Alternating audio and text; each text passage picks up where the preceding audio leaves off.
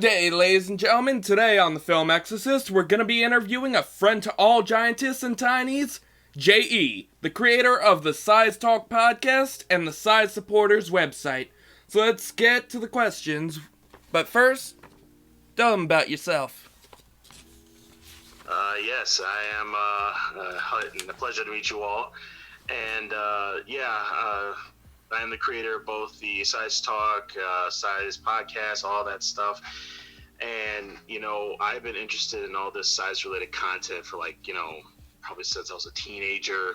And, today, making all this stuff and wanting to help the community after them giving us everything, trying to make all these videos, the models, the fantasies, the art, everything like that.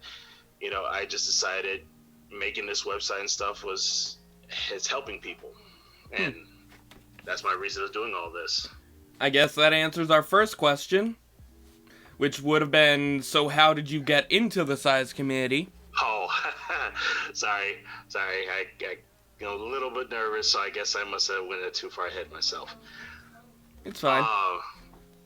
This whole entire thing for this stuff is helping the artists, producers, and they put a lot of work into this stuff. And if you haven't noticed, is that their main issue that they deal with on a daily basis is like pirating every 2 seconds. It's like they make a video that they took like a week or two on, and then it gets automatically pirated in the next 2 seconds. So it's like they need help and no one's helping them. So true. But to get more deeper into this, how did you find out about the community? How did I find out about it? Well, it was actually thanks to Gary's website, Giantess City. That's how I found out everything about the entire community and how people are actually more welcoming to it. Because honestly, I felt a little weirded out by the fact that I liked this type of thing, and I thought nobody else liked it. But after seeing the Giantess community or Giantess City, I immediately got full blown into it. Any favorite scenarios you may have? Wow, that's actually quite vast. I try to short it down to 3. It kind of connected with my whole other fetish related thing, but mostly unaware, playfulness, and the domination of giantess is always a favorite, and always seeing that and experiencing that is just amazing. Judging by those, I think you and me would make really good friends. Okay, biggest fetish inside or outside of the giantess community? That's vast again. Well, foot fetish, obviously, that is pretty much how this connected to the giantess fetish stuff too, along with that. Other than that, is mostly just a lot of giantess and foot related stuff for me. I'm a very simplistic person. Huh. No offense to you, but I'm not really into that kind of thing. I see it more from the big booty. Everybody has their taste. I'm no judge. True. We don't judge here either. Now, what made you decide to help promote the community and help other size supporters? Well, it actually all kind of started with Gary again and Chibi of Canadian Giantess, where he had run into an issue where he couldn't get his stuff promoted. His videos weren't getting as much traction as he would have hoped. Gary was having a lot of pirating video issues, and even though people automatically jump to the assumption that, definitely producers are millionaires that get tons of money every day, I decided to, this is probably the best time to actually help them out, because they've done a lot for the community. They've made this content. They've done all this stuff for years, and it's the minimum of support that they get for all the stuff they do. Same thing with artists. It's you cannot go to Facebook and see their art in some random group chat and they're like, oh, you didn't even cite it. Wow. So I made size supporters to be able to do that, to help people even during this time, to make sure that they can get the help that they need and at least get some traction going. Any movies that may have influenced you in the past, maybe gave you a bigger eye view into this? Like into the supporting thing or just Giantess related thing? A bit of both. Okay, for the Giantess related side, it's probably everybody's probably well-known favorite, and people may have seen it a lot of times. It was probably the Attack of the 50-Foot Woman. It's a very old movie, very old one. I know the movie very well, but most have said Honey, I Shrunk the Kids or that entire series. Well, I mean, yeah, that's also attached, but my first one was that one. I know, weird to probably hear that, because you thought I'd immediately say Honey, I Shrunk the Kids, but no, that's actually Attack of the 50-Foot Woman. Actually, I might have also expected you to at least say Arrietty or The Borrowers. I can't remember those for the life of me. Even though I've seen them, I just have not watched it, like, in a long while. True. Who's your favorite Giantess or Tiny writer or artist or model? Oh, no. Man, that is like the toughest question to ask anybody. That's like someone could just get like a scroll of paper and say, I have like 200 of these.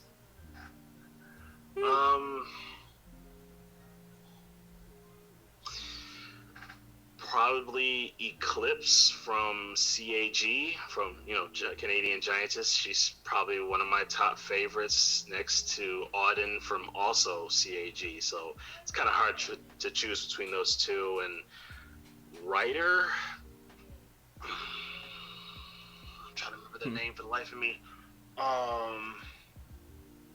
He's the one that's recently just made something. He's the one that made the story called Totally Shrunk at College. Yeah.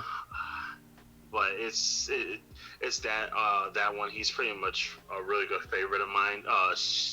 She-Gorath. Yeah, that's it. Oh yeah, I've heard of them. Yeah, he puts some really good detail when it comes to unaware situations. Yeah. I'm drawing a blank on the other question I was gonna ask, so let's get back onto the thing. Have you ever been to a SciCon, and if so, what was your favorite panel or event? Okay, there's a little bit of a story with this one, but I'm going to summarize it. So I went to I think it was the second one, but it was in 2017 when it started doing all that stuff, and I was in New York at the time. And my favorite thing about it was the interview I had with Gary when I met him the first time, like actually physically. And he was asking a whole bunch of questions while we were just sitting there having a drink while talking at the same time. And that guy can drink. And it was a really fun situation, seeing everybody here all happy, calm. People weren't being bothered by any stalker people and such. And then I got to meet one of my other favorite top models from Gary, and that was Jacqueline Velvet. And during that time, I was talking to her too, and she was playing Diablo 3. I'm like, oh my gosh, she's a gamer and a model, my God. And it was just a wonderful time being at SciCon and, interacting with people that may like the same things you do, or open you up to more things. And honestly, after that whole experience, it was an amazing thing to go to and meet people, feel happy. I think I just remembered what I was gonna say. When you brought up Chibi Canada, I actually started thinking about my favorite model. I believe her name is Cosmos. I think I know who you're talking about. Her and I think it's Calypso's sister, the really weird one that likes. She did that butt video and then the one inside of her shoe. know who it is. But I'm trying to remember what she looks like in my head. You said Cosmos? That's one of them. Wait, was it... Her name starts with a C, right? Yeah. Is it, Chorus? Yes, it's Chorus. Yep. Yeah, of course. Okay, yeah, that's actually Eclipse's best friend. Ah. She started doing this stuff too recently, and I talk to Chibi from time to time, whenever he's not too busy.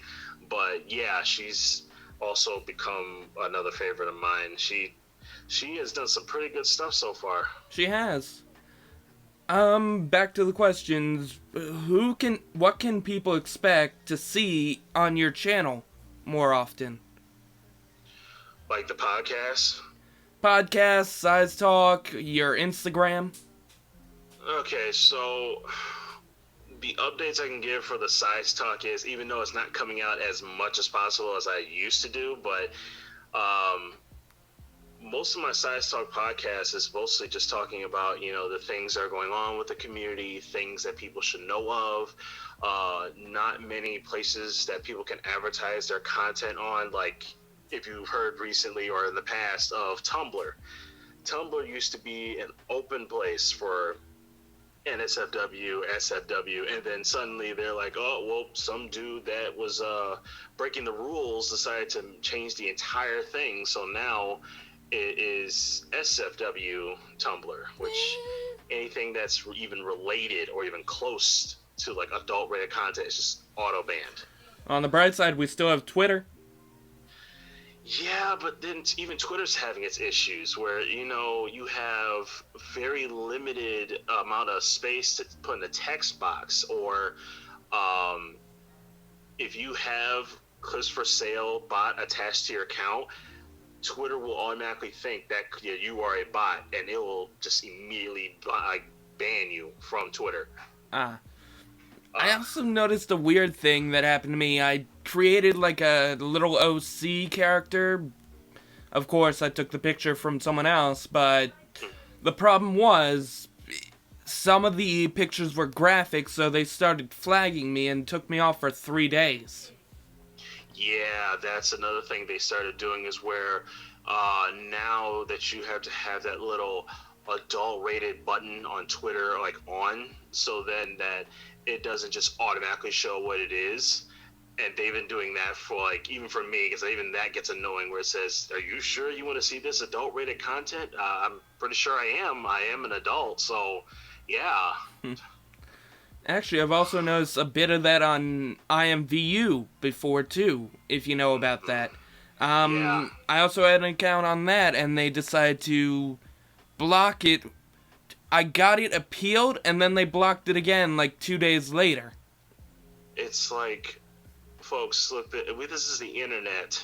Have you not seen Reddit? Reddit is like a mass place of do debauchery. whatever you want. And now you're starting to get, NSFW stuff? Oh, we can't have that. I mean, porn? Shh, who watches that anymore? So it's like there are only a couple of places left to even post your content. Either you get lucky on Twitter, or Instagram's connected to Facebook, so they're as touchy as Facebook is. And there's one new social media website actually coming online right now, or coming soon, which is that pillowfort.io. It's like old Tumblr fused in with Twitter. That's gonna go well. Yeah, and they added the one feature that I thought any social media place would actually attach, but they never did. It's called the NSFW button. Huh. So you press it, and no one under the age can look at it. And they even found an algorithm that if you try to make an adult profile thing on their website, it can automatically tell from your IP or whatever it is to be like, oh no, wait a minute, you're not the age. Are you lying? Click, ban. I'm like, oh my gosh, it's something that a social media website could have done, but they didn't want to do it. True. So a personal question. What did you think of the stories that I sent you? Or posted? Which ones? The Race for Your Life, and then the alternate ending? Did you send those? I don't think I sent them exactly to you. I think I just posted them on Instagram. I've been going through so many of these advertisements lately. Let me see. Because I may have seen it or not. I mean, I probably did. Because the only thing I remember you sending me was the interview you had with Giantess Crew and their meetup that's actually not too far away. Right. Actually, I just sent it to you. Okay. That brings us into this. Guys, if you haven't already, I do write stories. Giantess Crew actually read a few of them and gave me a little review saying they were pretty good. They're on my DeviantArt, which there's a link in the bottom, so if you're interested, it's a bit NSW, like, Size Talk was just saying, and... NSW or NSFW? Yes, that's what I meant to say. It's... Okay, just want to make sure. I mean, it's still not safe work. Yeah, but you know how people are. They're so picky about, hey, did he say NSW? What's that? And I do a lot of these stories to make sure that those whose voices don't get heard can actually be heard, like Size Talk over here, where you may see those people that aren't interested in the darker side or aren't interested in the, like him, foot side. So, if you guys are interested, I'm also having commissions which I've posted around if you'd like a link to those, and maybe Size Talk here will advertise me someday? But yeah, sure, I'm pretty much open. I have so many open slots here. I'm just randomly making ads for people and doing what I can to show support towards their way. Thanks. So, I think that's the end of our interview. Anything else you'd like to say?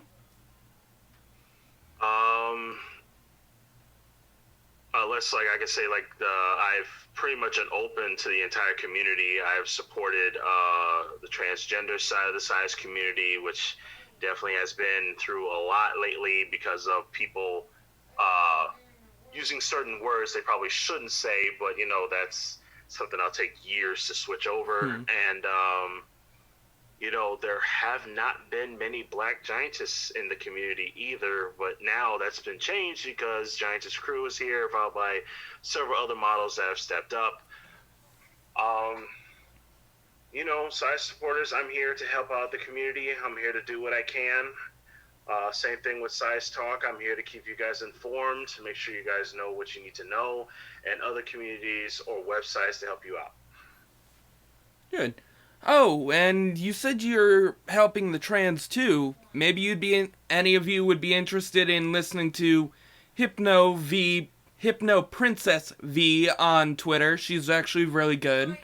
And maybe give her a like, maybe support this gorgeous trans woman and her beautiful voice. And yeah, this has been our interview with Size Talk. And we'll see you guys next week for anime. And maybe a bit of Jitensha, possibly, from SizeCon. Alright, thank you for being on the show. Glad to be here. And have a great night, guys.